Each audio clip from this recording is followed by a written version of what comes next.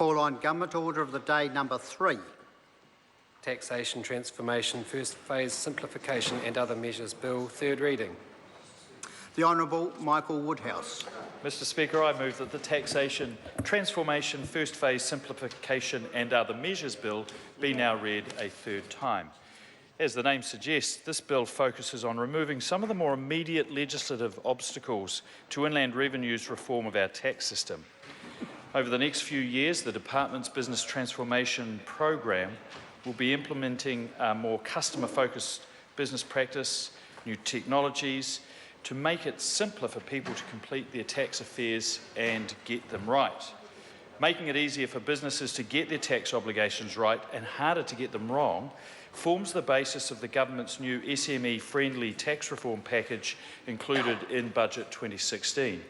And that's part of two very important budgetary measures that were announced last week. The first was $857 million to underwrite the IT system that will form the basis of these changes. And of course, the $187 million measure effectively sees the end of provisional tax for small businesses who choose to use their systems to meet their tax obligations, not have to comply with inland revenue systems, which will change to suit small businesses. This is a small measure. The measures in this bill are actually small. I'm sure we'll hear Mr Nash and Mr Cosgrove talk about what giant leaps these are not, and indeed they're not really intended to.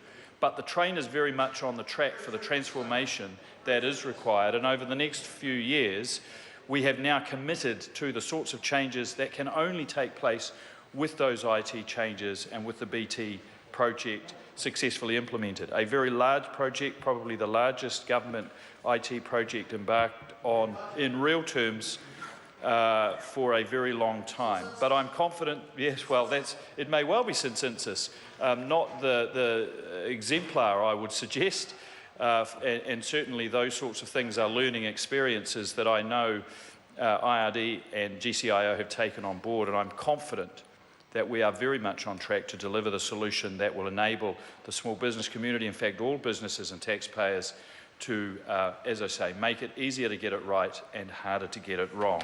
Briefly, the changes in this bill will make it easier for employees to participate in employee share schemes where an employer can make source deduction payments rather than rely on the employee to meet their tax obligations at the end of the period.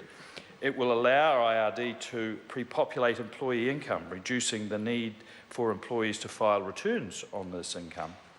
And of course, it will change some of the outdated measures around the requirement to have signatures and the delivery of correspondence by IRD by old technologies like post or in writing. And certainly we are now in a much more electronic and ubiquitous world where those sorts of modern digital communications will make it much easier and more efficient for both inland revenue and the taxpayer.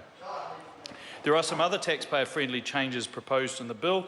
It will allow inland revenue to give better service to its customers by providing a KiwiSaver scheme with the names and details of members who've transferred out of their schemes and the name of the member's new KiwiSaver scheme.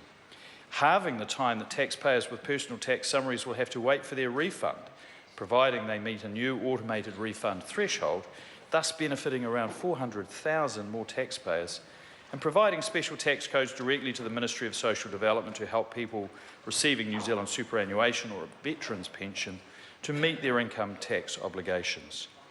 At the Committee of the Whole, there were some small but important changes and provisions inserted into the bill.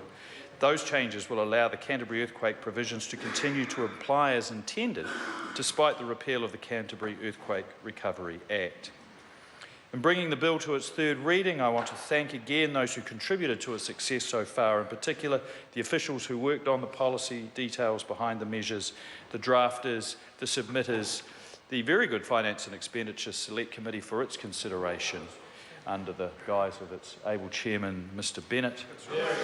This bill contains some very useful, taxpayer-friendly groundwork for the continued modernisation of our tax administration system, and I commend it. The question is that the motion be agreed to. I call Stuart Nash.